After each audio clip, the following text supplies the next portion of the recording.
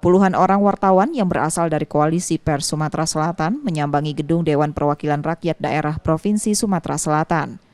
Kedatangan puluhan wartawan yang berasal dari organisasi pers IJTI, AJI, PWI, serta PFI Sumatera Selatan ini untuk menggelar aksi damai.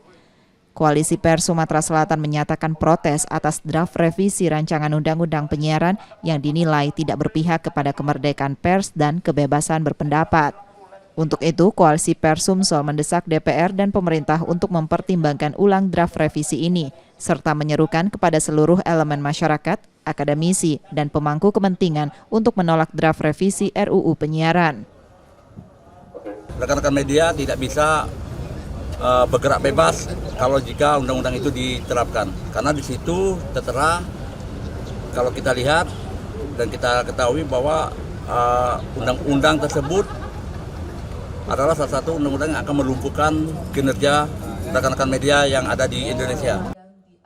Menanggapi aksi damai ini, DPRD Sumsel akan segera menyampaikan aspirasi Koalisi Pers Sumatera Selatan kepada pihak DPR RI.